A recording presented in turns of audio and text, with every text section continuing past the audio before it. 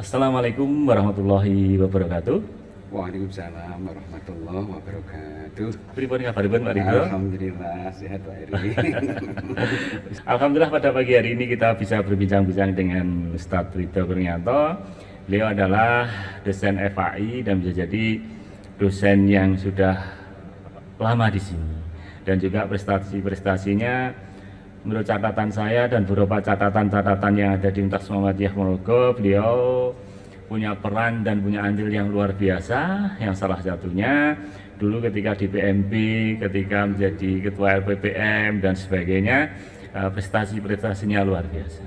Untuk itu dalam kesempatan ini kita akan berbincang-bincang dengan beliau yang berkaitan dengan peran perguruan tinggi di dalam mengangkat budaya Ponorogo. Karena kita berada di Ponorogo dengan Universitas Muhammadiyah Ponorogo punya kredo yang ada kemiripan-kemiripan dari Ponorogo, yaitu The Riok University. Nanti kita akan berbincang-bincang dari aspek itu. Bapak Ridho, sebetulnya budaya Ponorogo itu selain Riok, itu tentunya masih banyak lagi budaya-budaya asli Ponorogo. Mungkin Pak Ridho bisa menjelaskan tentang aspek ini, Pak Ridho. Monggo dipersilahkan. Bismillah, alhamdulillah, wafa'at. Baik Pak Heri, jadi benar memang budaya Ponorogo itu tidak cuma reok, reok Ponorogo, tapi cukup banyak.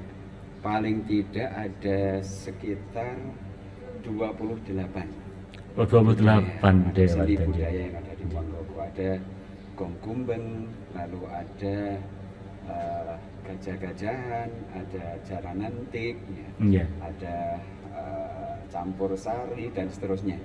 Ada jemblung juga, ada salawatan gembrong dan macam-macam. Cukup kaya. Jadi saya kira untuk wilayah X Karesidenan Madiun bahkan di Jawa Timur, itu Ponorogo termasuk memiliki kearifan lokal yang cukup kaya, Pak. Yang saya kira sangat strategis untuk dikaji semuanya, untuk multi kepentingan. Termasuk kalau versi atau perspektif kita di dunia akademik ini untuk pendidikan karakter dan seterusnya. Sebelum lanjut mungkin Pak Ridho di mic-nya agak diperdekat Pak itu. Kesanipun pas nantinya.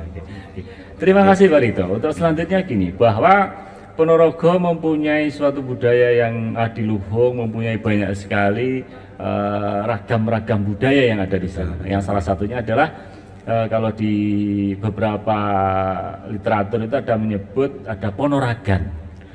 Panaragan. Kenapa itu bisa muncul Panaragan? Sementara misalkan kabupaten yang lain kayaknya sulit membuat an di belakangnya itu. Mungkin ada hal lain waktu itu. Kenapa harus ada Ponorogan itu gitu? Benar, jadi Ponorogo itu termasuk kota unik Pak Eri. Oh gitu ya. Satu sisi kalau dilihat dari spektrum kewilayahan atau wilayah budaya, itu Ponorogo kita itu masuk wilayah Mataraman.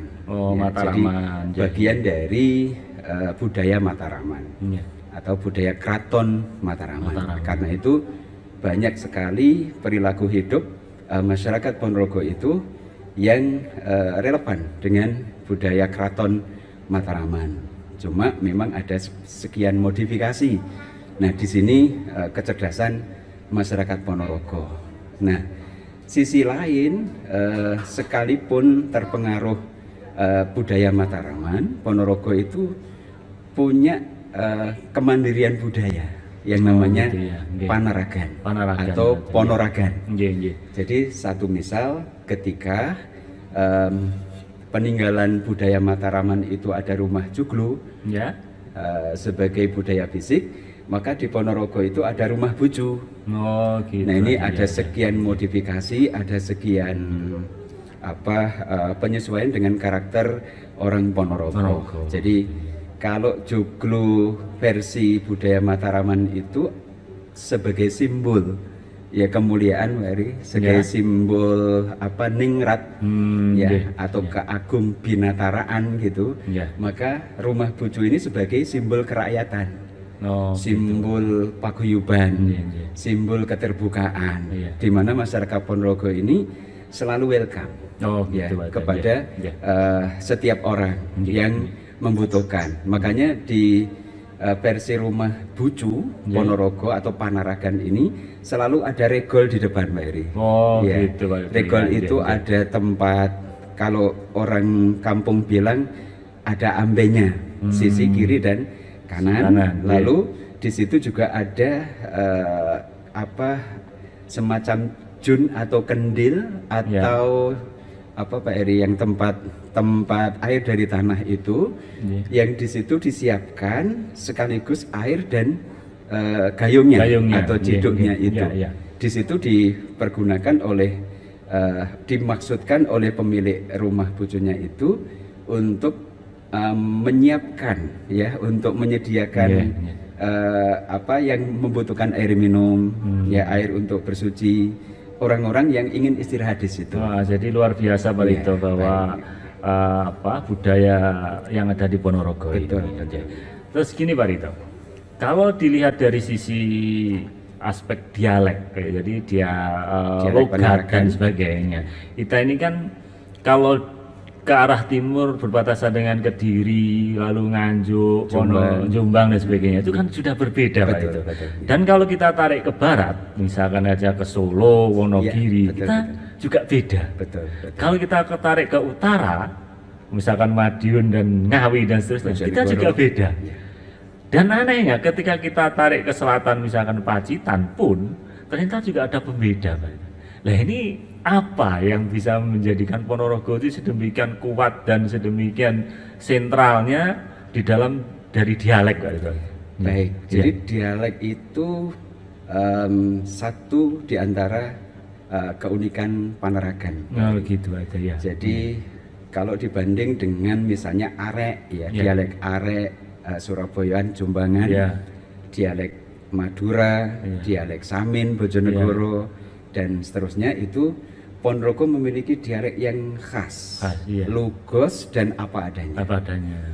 Nah, ini juga sebenarnya dialek Ponorogan itu juga ada keterpengaruhan dari Jawa Tengah dalam hal ini dari Mataraman itu terutama, yang memasukkan bahasa Jawa halus. Jadi ada bahasa Kawi, bahasa Kromo Inggil, bahasa Kromo Madyo dan bahasa Ngoko.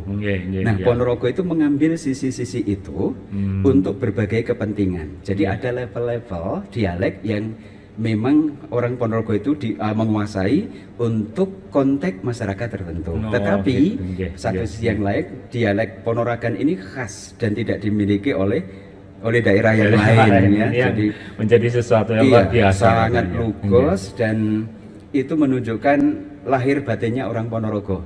Kalau tidak ya tidak, kalau iya dan iya. Dan ini basis kejujuran Pak. Terima kasih. Itulah Pak, masyarakat Ponorogo. Oke. Selanjutnya Pak Rito, bahwa Pak Rito ini kan sebagai salah satu penggiat budaya dan Ponorogo, eksistensinya di Yayasan Reok Ponorogo juga, kalau saya dengar beberapa pelaku reok Ponorogo gitu ya, itu menyebut Pak Rito ini, saya menemukan emas gitu ya.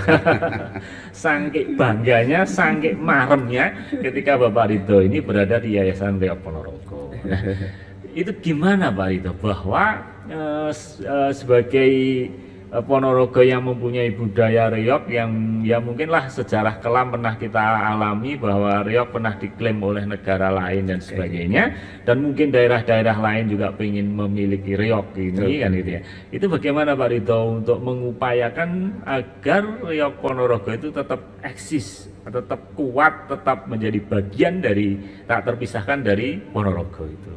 Mungkin Yayasan Reok punya kiat tersendiri Pak tentang itu. Jadi Reok Ponorogo itu memang milik masyarakat Ponorogo Pak Eri. Jadi kajian sejarahnya itu perlu publish besar-besaran. Jadi sekalipun memang kajian sejarah ini belum tuntas ya Pak Eri, karena ada satu yang belum terkuak, itu sisi arkeologinya. Ya, ini yang perlu dikuak untuk menguatkan eksistensi budaya Reog Ponorogo ini. Tetapi pada perkembangannya memang dari sisi Yayasan Reog Ponorogo ini terus mengupayakan agar reog ini benar-benar dirasakan sebagai milik masyarakat Ponorogo, dilestarikan dan dikembangkan oleh masyarakat Ponorogo, kemudian mengajak masyarakat lain untuk juga ikut andil di dalam pelestarian dan pengembangan. Oke, terima kasih. Jadi intinya bahwa Reog Ponorogo itu milik masyarakat Ponorogo. Ya, masyarakat berarti dimanapun berada, ya, itu berarti eksistensi reog itu bisa dibawa kemanapun dengan identitas Ponorogo. Karena itu di sejumlah wilayah Pak Eri, mereka menyebut dengan bangganya ini Pawargo Ponorogo. Pawargo Ponorogo itu kemudian berkembang sampai ke luar negeri. Ini tercatat 5 negara Pak Eri. 5 negara mancanegara yang sudah melakukan pentas reog. Nah, ke depan ini nanti di bawah Yayasan Reog Ponorogo akan disatukan menjadi keluarga besar. Konco Reog Ponorogo. Oke Pak Dito, kalau kita sudah istilahnya budaya kita sampai ke luar negeri dan mungkin seluruh provinsi yang ada di Ponorogo, di Indonesia ini sudah ada Reog Ponorogo. Apakah tidak memungkinkan ini menjadi sesuatu yang mengkhawatirkan juga, misalkan saja muncul reog itu milik sana dan sebagainya. Ini upaya apa Yayasan Reog agar menjadikan ini sesuatu yang benar-benar utuh, selain tadi ada disatukan menjadi satu organisasi itu tadi. Tentunya kan upaya-upaya yang lain perlu gitu Pak Dito. Mungkin dari istilahnya menstandarkan misalkan perangkat, misalkan menstandarkan sebuah tarinya, menstandarkan tentang penokohan dan sebagainya, dan juga karakter-karakter yang ada di perangkat-perangkat Reog Ponorogo. Itu apakah sudah ada upaya ke sana Pak Dito?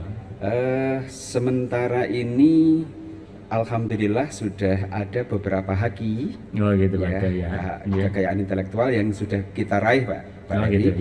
Satu tentang basis pertunjukan versi Bantarangin, lalu basis pertunjukan versi Suryo Ngalam, yang Bantarangin tadi menjadi pedoman untuk reog panggung atau garapan. Kalau yang Suryo Ngalam ini menjadi basis pengembangan reog obyok. Lalu ada juga haki tentang reog, nama reog pakai i. Dan salah satunya yang sekarang sedang kita lakukan Pak Eri, ini mengajukan seni Reog Ponorogo menjadi warisan budaya tak benda dunia. Nah, ini luar biasa. UNESCO. Hari ini naskah akademik sudah kita buat dan sudah jadi, tinggal review. Insya Allah tanggal 19 sampai tanggal 22 itu kita asistensi dengan tim Kementerian Kebudayaan dari Jakarta. Dari bulan Desember 2021 ini Pak Rito. Terima kasih Pak Rito. Baik, Pak Rito selain sebagai ketua yayasan yang ada di Yayasan Reog Ponorogo, beliau juga sebagai dosen yang ada di Universitas Muhammadiyah Ponorogo. Tentunya punya 2 misi yang sama-sama mulianya kan gitu. Oleh karena itu Pak Rito, ini menterkaitkan antara budaya Ponorogo dan juga eksistensi sebuah perguruan tinggi yang ada di Ponorogo. Ini kan kayaknya harus bersinggungan juga dengan budaya itu. Pak Rito, bagaimana konsep kira-kira Universitas Muhammadiyah Ponorogo ini agar menyandingkan sebuah budaya Ponorogo itu ke dalam nilai-nilai akademis yang ada di Universitas Muhammadiyah Ponorogo? Mungkin Pak Rito bagaimana Pak Rito? Perguruan tinggi di Ponorogo ini cukup banyak Pak Eri ya. Dan salah satunya adalah kita, Universitas Muhammadiyah Ponorogo tercinta. Sudah barang tentu kearifan lokal seperti budaya Ponorogo dan khususnya seni reog Ponorogo itu akan menjadi pilar, saya kira, pilar kajian di kampus terbesar ini di Ponorogo. Karena reog ini dan budaya lain ini membutuhkan sentuhan dari akademik, terutama kajian-kajian ilmiah lewat penelitian.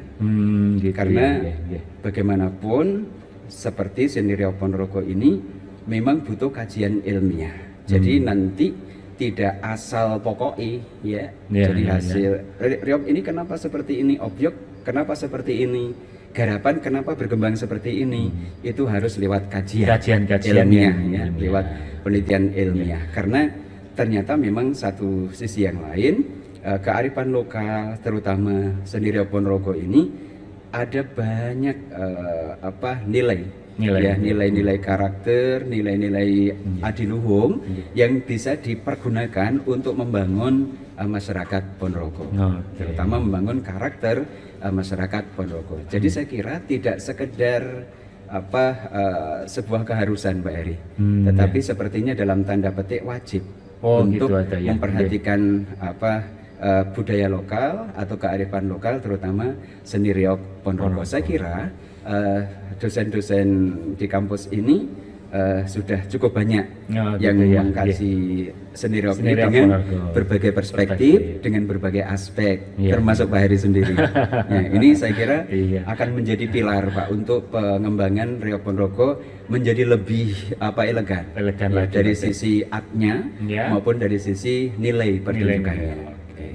Ya, terima kasih Pak Ridho atas pencerahan yang luar biasa tentang budaya yang ada di Ponorogo. Dan ini saya ingin tahu kesan Pak Ridho sebagai dosen Unmu yang mengangkat budaya Ponorogo. Ya, tentunya Pak Ridho punya kesan-kesan tersendiri menjadi bagian dari Universitas Muhammadiyah Ponorogo yang lebih intens, lebih fokus dari separuh nyawanya di Universitas Muhammadiyah Ponorogo dan separuhnya berada di budaya reog Ponorogo. Pripun Pak Ridho kesan-kesannya? Cukup membanggakan, Pak. Jadi begini, saya malah membayangkan kampus ini menjadi garda depan, Pak, terhadap pelestarian dan pengembangan seni reog Ponorogo. Karena sementara orang lain itu ingin masuk, Pak Heri, untuk mengurus seni adiluhung ini sebagai pilar untuk pembangunan peradaban.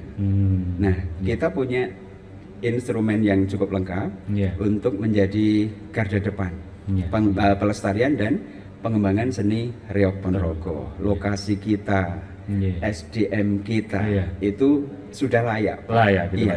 Jadi misalnya di kampus ini masih punya lahan, Pak Heri, untuk pengembangan itu. Misalnya kalau pemerintah hari ini sedang merencanakan living museum, ya, semacam living museum, jadi museum untuk edukasi. Nah, ini kampus ini mestinya harus segera mendahului, Pak.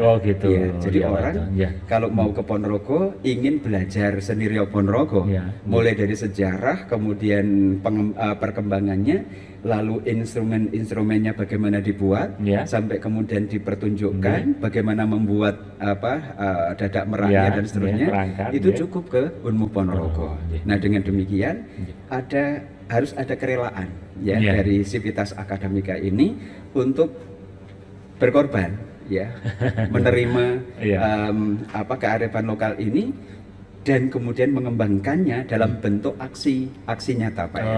Jadi misalnya di sebelah pintu masuk itu sudah ada ikon semacam ikon reog Ponorogo. Nah, ini kan kita sebenarnya sudah punya kredo ya, Pak, itu The Reog University. Nah, itu kalau tapi reognya belum ada.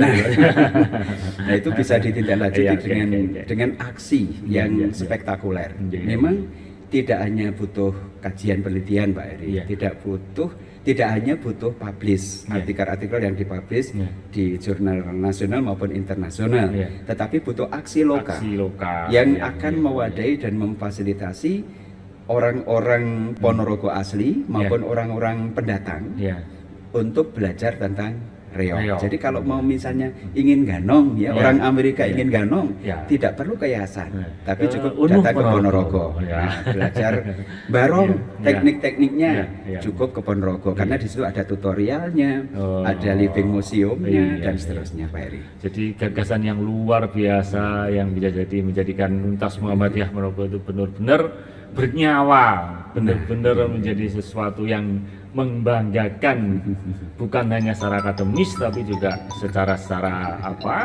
muatan-muatan yang memang patut dan layak untuk dipertontonkan di tingkat internasional. Betul.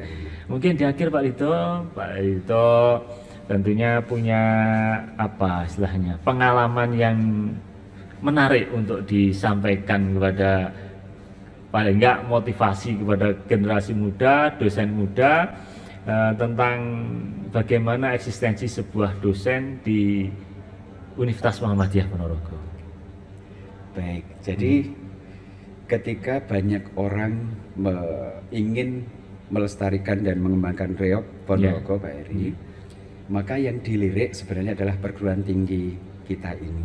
Gitu. Jadi dengan penelitian-penelitian yang ada, saya sejak 97 ternyata itu sudah mempengaruhi mindset, ya cara pikir masyarakat Ponorogo, termasuk konco-konco reog Ponorogo, bahwa kita ini menjadi satu di antara pilar yang dibutuhkan. Yang dibutuhkan oleh mereka. Karena selama ini karena mereka asik untuk menggelar pertunjukan, mereka tidak ada sempat untuk mengkajinya. Nah, kita dengan dosen-dosen dengan fasilitas yang saya kira cukup memadai, ini sudah melakukan lebih jauh. Jadi ada referensi yang kita hasilkan, ada artikel-artikel yang bisa dipelajari oleh mereka sebagai modal untuk mengembangkan lebih jauh, sehingga cukup dibutuhkan di sana. Karena itu saya kira jangan menunggu instruksi misalnya diminta oleh Pemkab, tetapi kita harus bergerak. Jadi dosen harus bergerak, dosen harus menjemput dari dirinya sendiri, didasari dengan senang, didasari dengan ini adalah suatu ilmu yang harus dipelajari juga, kan gitu. Terima kasih Pak Lito atas kehadirannya. Sama-sama, luar biasa apa yang disampaikan. Semoga nanti bisa menjadikan inspirasi baik masyarakat Ponorogo, Universitas Muhammadiyah Ponorogo juga bisa istilahnya suatu ide-ide yang demikian ini mungkin di luar pemikiran orang lain tapi muncul dari Pak Lito. Oleh karena itu terima kasih, kita akhiri pertemuan pada siang ini dengan bacaan hamdalah. Alhamdulillahirabbil alamin. Sekali lagi terima kasih. Akhirnya assalamualaikum warahmatullahi wabarakatuh. Waalaikumsalam warahmatullahi wabarakatuh.